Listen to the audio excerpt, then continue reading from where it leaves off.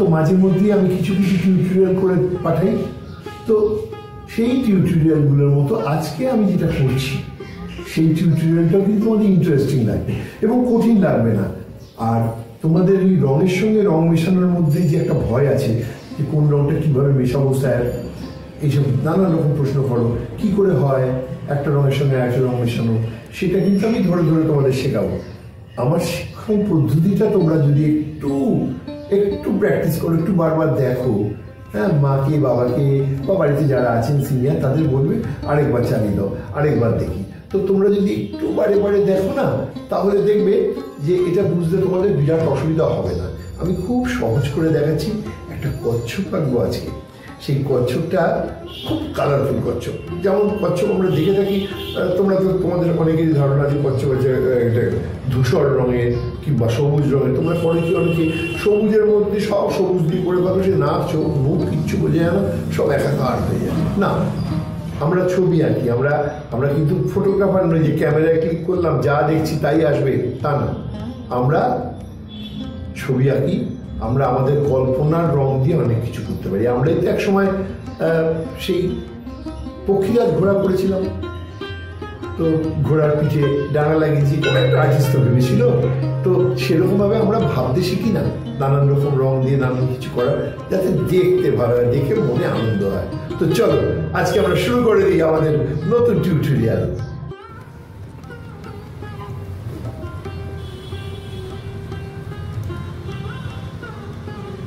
আজকে আমরা মাঝে মধ্যেই তো বিভিন্ন রকম ড্রয়িং করে তোমাদের দেখিয়েছি, তো তোমরা আস্তে আস্তে শিখেও গেছো অনেকটা। তো আরেকটু সহজ জিনিস একটু কঠিন করে আঁকা যায় কি করে?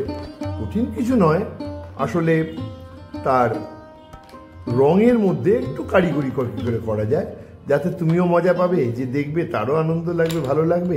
সেটার জন্যে আমাদের একটা পদ্ধতি আমরা করবো, সেটা হচ্ছে রঙের গ্রেডিয়েন্ট। মানে একটা ভিগনেট হবে, একটা ডিপ থেকে লাইট, কোথাও কোথাও লাইট থেকে ডিপ, এরকম একটু রঙের বৈচিত্র্য আনা ছবির মধ্যে। আমরা একটা সিম্পল ছবি, একটা কচ্ছপের ছবি আঁকছি।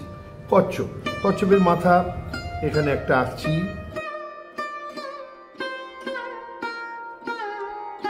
খুব সহজ ছবি। তোমরা জানি বলবে অনেকে যে মা এত সহজ ছবি আঁকছে স্যার। আসলে কি, সহজটাকেই যদি আমরা সুন্দর করে করতে পারি তাহলে কত ভালো হয়, সেটা বোঝানোর জন্যে আমি এটা করার চেষ্টা করি।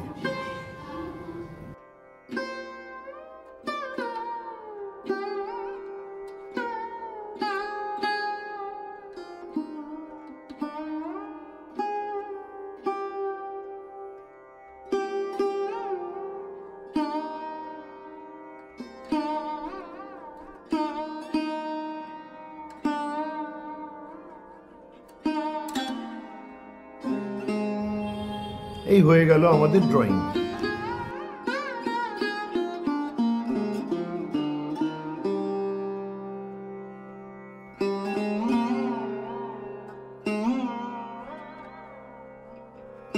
এই আমার ড্রয়িং কমপ্লিট হলো। এবারে ড্রয়িংটা আমি একটু জোরে করেছি, ড্রয়িংটা ডিপ করে করেছি এই কারণে যে তোমাদের যেহেতু মোবাইলে বা কম্পিউটারে দেখবে, সেহেতু একটু বোঝার জন্য, ড্রয়িংটা যাতে বুঝতে পারো তার জন্য। কিন্তু তোমরা যখন বাস্তবে আঁকবে তখন এত জোরে আঁকবে না, এত ডিপ করে আঁকবে না। কেননা এত ডিপ করে আঁকলে রং করার পরেও পেন্সিলের দাগটা দেখা যায়। তো সেটা যাতে দেখা না যায় তার জন্যে আমার এই কথা। কারণ রং করার পরে পেন্সিলের দাগটা দেখা না যাওয়াটাই উচিত, কারণ তখন আমাদের এটা রঙিন, যখন আমরা পেন্টিং, তখন ওটা আর ড্রয়িং নয়। ড্রয়িংটা আমরা করে নিই পেন্টিং করার সাহায্যের জন্য। তো আমি এবারে রং লাগাতে শুরু করছি। দেখো, প্রথমে আমি এর মুখটা করছি। এর মুখটা এটা যেমন বাস্তবে হয় তেমন না করলেও হয়। আমরা ছবি আঁকার সময় আমরা অনেক কিছু কল্পনা করে নিই। আমিও এটা কল্পনা করে রংটা করব। বিভিন্ন কালারফুল একটা ড্রয়িং যাতে হয় কচ্ছপের, তার জন্য আমি এটা করছি। আমি এখানে এই রংটা দিচ্ছি।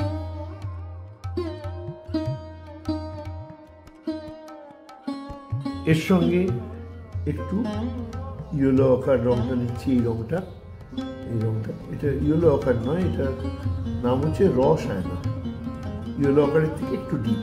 ইয়েলো অকার দিলেও চলবে, যাদের কাছে রসায়না নেই তারা ইয়েলো অকার দিয়েও করতে পারে। রসায়নাটা একটু ডিপ। এবারে মুখের তলার দিকটা আমরা একটু অরেঞ্জ করে দিচ্ছি, লাইট অরেঞ্জ।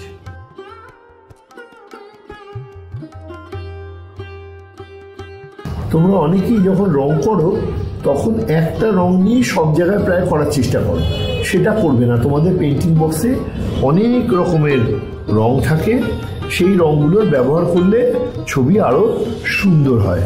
তোমরা একঘেয়ে রং দিয়ে একটা রং দিয়ে সব করবে না। যেমন যখন গ্রিন ব্যবহার করো সব জায়গায় একই গ্রিন ব্যবহার করো, তোমাদের দেখবে বাক্সের মধ্যে অনেক রকমের গ্রিন আছে।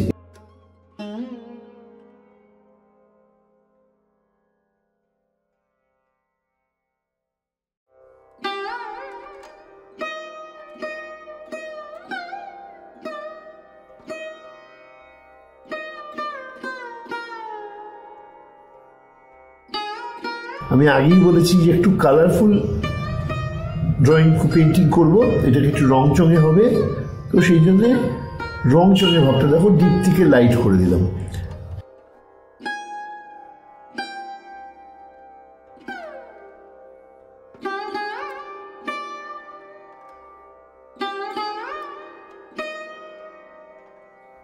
ব্যাস হয়ে গেল। এবারে এই রেড রংটা নিচ্ছি, একটু হালকা লাল, মানে একটু অরেঞ্জ ঘেঁষা লাল। এটাকে নিয়ে আমি এই ফাঁকগুলোতে দিয়ে দিচ্ছি।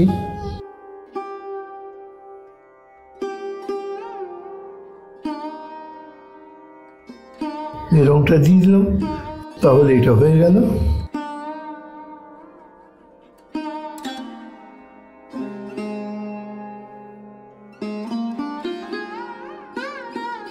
দেখো সব জায়গায় আমি কালার মিক্সিং করছি, তাতে করে একটু তোমাদের এই কালার মিক্সিং করা, গ্রেডিয়েন্ট করা, এগুলো একটু শেখানো হবে। আমি এইগুলো শেখানোর জন্যই তোমাদের এই ধরনের আজকে কাজটা নিয়েছি, যাতে কি করে কালার মিক্সিং করে কাজ করতে হয় সেটা তোমরা শিখতে পারো।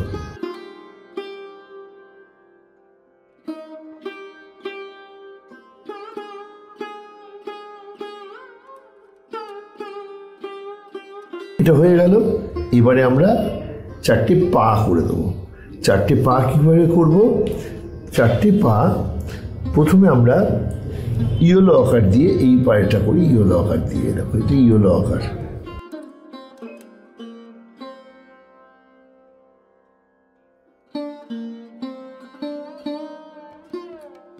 সামনের পা একটু লাইট কালার থাকলো আর দূরের কালার একটু ডিপ হলো।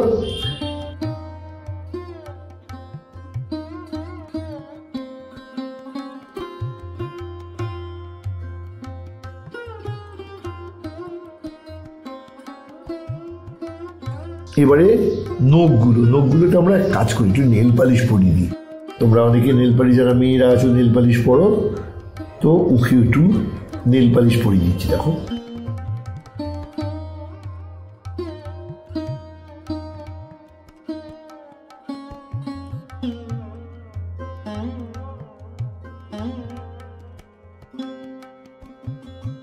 তোমরা এক কাজ করতে পারো, তোমাদের অনেক সময় রং বেরিয়ে যাওয়ার ভয় থাকে, তাহলে কি করবে জানো? আগে এই আউটলাইন ধরে, পেন্সিলের লাইনটা ধরে আগে এরকম একটা সাইড দিয়ে পুরো বর্ডারের মতো আগে গ্রিনটাকে দিয়ে দাও। এরকম বর্ডারের মতো করে গ্রিনটাকে আগে দিয়ে দাও মোটা করে, আবার উপরেরটাও এরকমভাবে বর্ডারের মতো করে দিয়ে দাও। তারপরে ভেতরটাকে ভরিয়ে দেবে, তাহলে দেখবে আর বেরিয়ে যাওয়ার ভয় থাকবে না। এটা হয়ে গেল 1 নম্বর। 2 নম্বরটা আর একটু ডিপ করি, ওর থেকে আর একটু ডিপ, এরকম রং।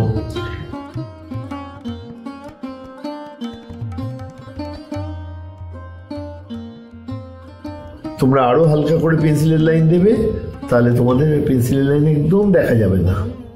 পেন্সিলের লাইন যত দেখা যাবে না, ছবিটা তত দেখতে ভালো লাগবে।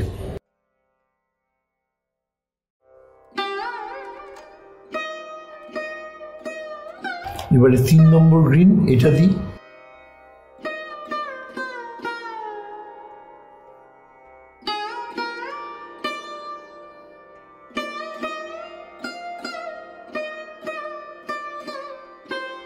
এতে করে যারা আমার কাছে শেখে তারা তো দেখতেই পাবে, আর যারা শেখে না তারাও শিখে যাবে, তারাও আমার স্টুডেন্ট হয়ে যাবে।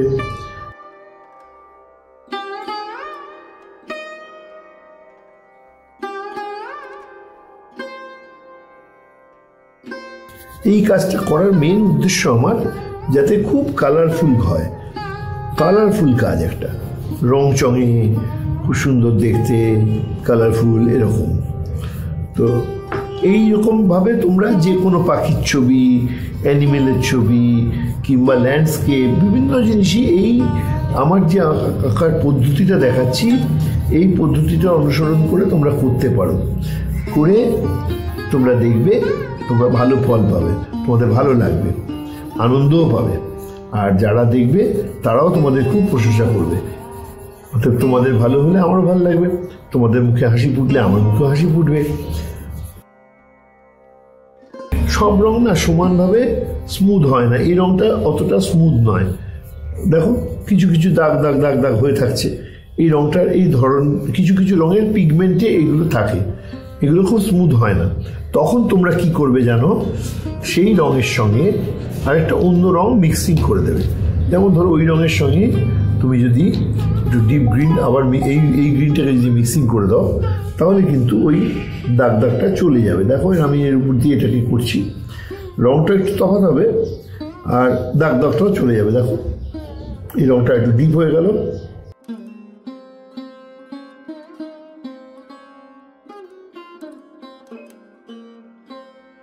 এই রঙটা দিয়ে আমরা স্কাই করব। আগে এই কচ্ছপের গা দিয়ে আমরা আগে একটা বর্ডার করে দেবো আকাশে, তাতে আকাশের রঙটা করতে গিয়ে যাতে কচ্ছপের গায়ে একটুও না ঢোকে।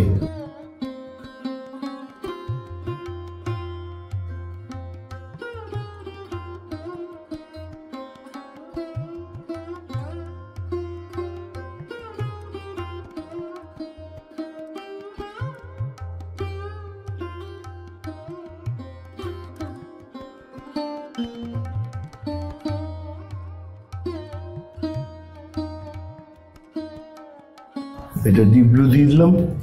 এবারে ওই লাইট ব্লুটা আরেকটা লাইট ব্লু নিয়ে আমরা কি করব, এই ডিপ ব্লুটার উপরে আমরা ঘষে দেব, যাতে করে মনে হবে ওপর থেকে ডিপ হয়ে ক্রমশ নিচে লাইট হয়ে গেছে। দেখো আমি সেভাবে এটা ঘষে দিচ্ছি।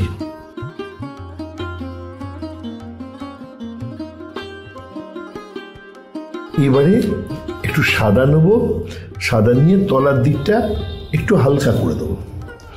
দেখো তলার দিকটা একটু হালকা করে দেবো, তাহলে কি হবে, হালকা থেকে ক্রমশ ডিপ হয়ে যাচ্ছে আকাশটা। এর একটা আলাদা মজা, এটাকেই বলে গ্রেডিয়েন্ট বা ভিনেট।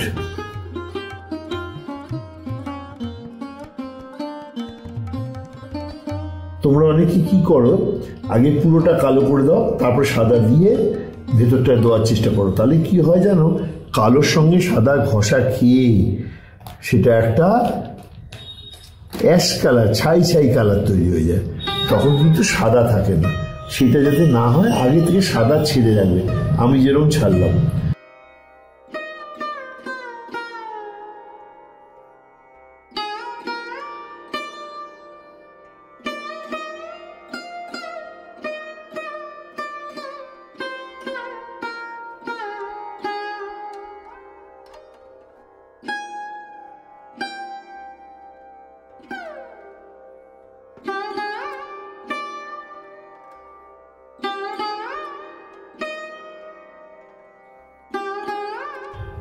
দেখো ডিপ লাইট হচ্ছে, এরও একটা মজা আছে।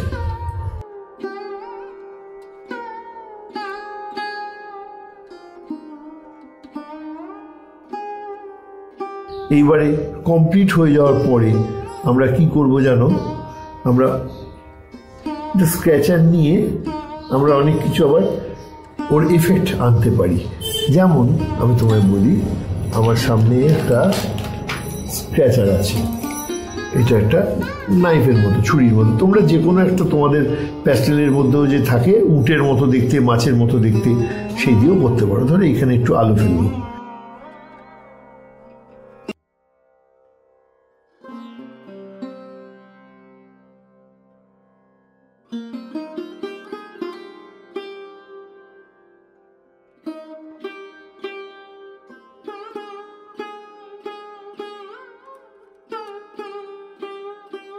একটু একটু আলো বের করে দেওয়াতে কত সুন্দর দেখাচ্ছে দেখো।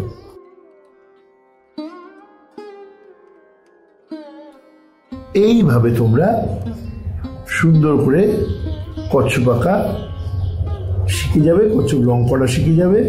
তোমরা করে যারা আমার সঙ্গে যুক্ত তারা আমাকে দেখাও, আর যারা আমার সঙ্গে যুক্ত নয় তারা তাদের অভিভাবকদের দেখাও, তাদের অন্যান্য তাদের যারা যেরকম মাস্টারমশাইরা আছেন তাদের দেখাও, তারা কি বলেন শোনো।